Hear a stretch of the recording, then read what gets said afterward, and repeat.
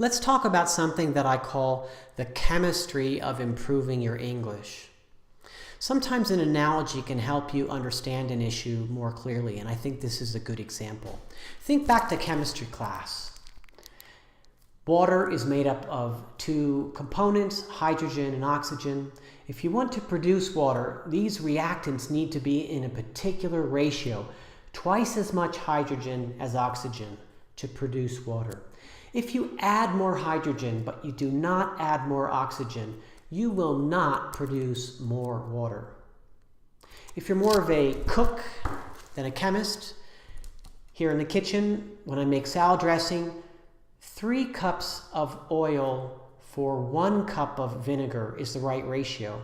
If you add more oil but you do not add more vinegar, you do not get something that looks like salad dressing. So the ratios are important. What does this have to do with English?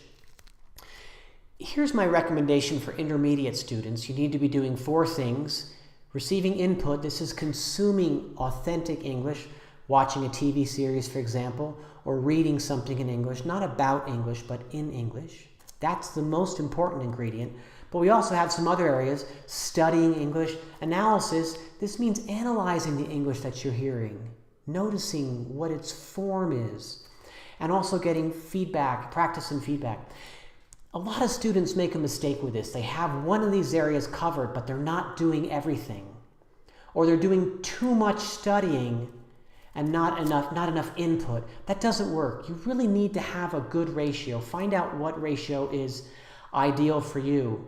But if you're ignoring something on this chart, your English is not going to improve. For example, if you're doing a lot of input, but you're not doing any analysis of what you're hearing, you're not analyzing it, noticing it, your English is not going to improve very much. So I think this is something to keep in mind.